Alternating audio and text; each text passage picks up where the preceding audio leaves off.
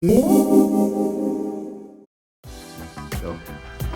to MyMathYourMath. You guys subscribe.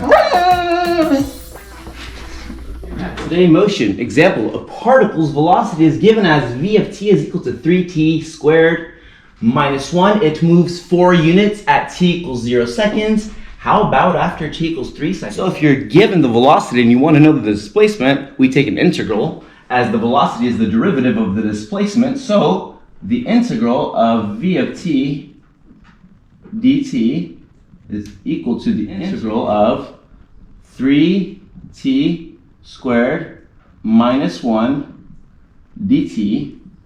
This just becomes t cubed minus t plus my constant of integration c.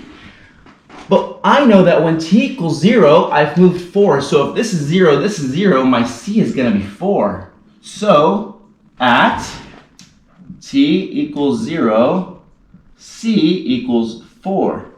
So we know that we have a displacement equation, or a position equation, of t cubed minus t plus 4. And if I want to know how far we've moved after 3 seconds, we just plug in t equals 3 and we're good to go. So x of 3 is equal to 3 cubed minus 3 plus 4. This just equals 27 minus 3 plus 4 is 28. So we have moved 28 units. I have not declared my units. So that's all today.